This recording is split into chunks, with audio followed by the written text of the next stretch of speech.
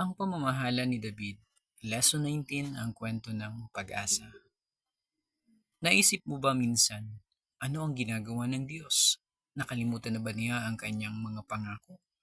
Minsan nakakatukso na mag-isip ng ganoon, ngunit ang Diyos ay tapat at patuloy na nagsasagawa ng kanyang mga plano. Matapos manirahan ang mga Israelita sa Kanaan, paulit-ulit silang tumalikod sa pagsamba sa Diyos, tungo sa pagsunod sa huwad ng mga Diyos-Diyosan. Nagpadala ang Diyos ng mga mapang-api, mga kaaway ng Israel na umatake sa kanila.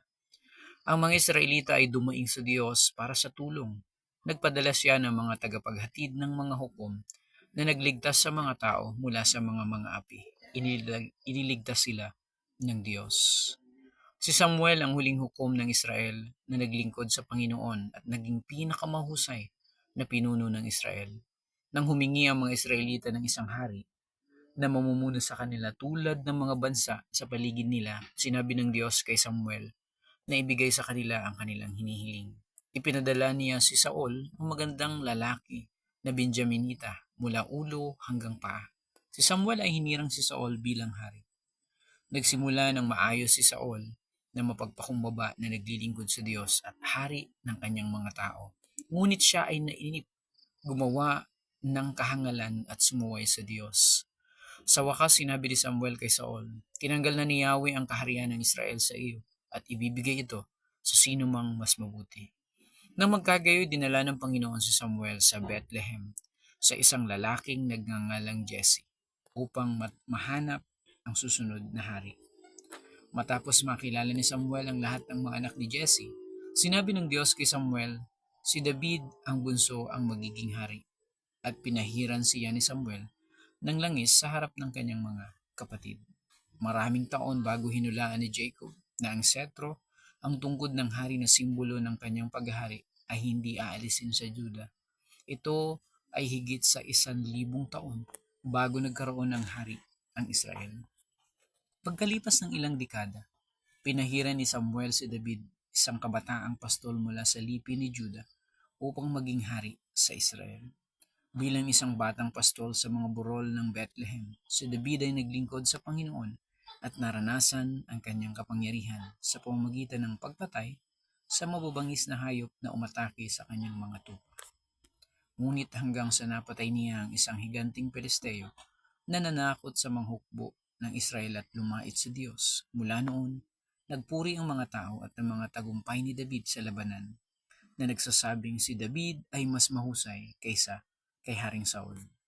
Si Saul ay nainggit sa kasikatan ni David at ilang beses na sinubukang patayin, pero si David ay tapat na naglingkod kay Saul, na natiling tapat sa kanya at hindi pinatay si Saul noong siya ay nagkaroon ng pagkakataon ng hindi bababa sa 2 magkaibang pagkakataon. Nang maglaon pagkamatay ni Saul sa labanan, hinirang si David na hari ng lahat ng tribo ng Israel. Nang siya ay pumasok sa Jerusalem at masakop ang lungsod, ito ay nakilala bilang lungsod ni David. Pagkatapos ay dinala ni David ang kaba ng Diyos sa lungsod. Itinayo ang palasyo at tinamasa ang kapayapaang bigay ng Diyos sa loob ng maraming taon. Isang araw, sinabi ni David kay Propeta Nathan, parang may mali. Nakatira ako sa isang magandang bahay at ang kaba ng Diyos ay nakalagay sa isang tolda, kaya't nais kong gawa ng tahanan ng Diyos. Sinabi ng Panginoon kay Nathan, sabihin mo sa aking lingkod na si David, kailangan ko ba na magtatayo ng isang bahay para sa akin? Hindi ko kailangan ng bahay, hindi ko kailanman hiniling sa sino man nang gumawa para sa akin. Ang toldang ito ay naging mainam para sa akin na tumira kasama ng aking mga tao. Narito ang nais kong malaman mo. Si Yahweh na makapangyarihan sa lahat. Kinuha kita at ginawang pinuno at ginawa kitang hari sa aking bayan. Tinalo ko ang iyong mga kaaway at ginawa kang isa sa mga pinakatanyag na tao sa mundo. Binigyan ko ang aking mga tao ng tirahan at kapayapaan sa kanilang mga kaaway. Ako ang magtatayo ng sambahayan para sa iyo. Pinapangako ko na magiging ikaw at ang iyong mga inapo ang mananatiling hari. Pipili ako ng isa sa iyong mga anak na magiging hari. Kapag namatay ka, gagawin ko siyang isang dakilang pinuno. Walang sino man ang makakaagaw ng kaharian sa kanya. Siya ang gagawa ng aking templo. Kapag nagkamali siya, itatama ko siya bilang mga magulang. itutuwid ang kanilang mga anak. Ngunit hindi ko kailanman tatapusin ang tipan na ito tulad ng ginawa ko kay Saul. Ginagarantiya ko na ang isa sa iyong mga inapo ay maghahari magpakailanman. Amen. Salamat po. Pagpalain tayo ng Panginoon. Magandang araw po sa ating lahat.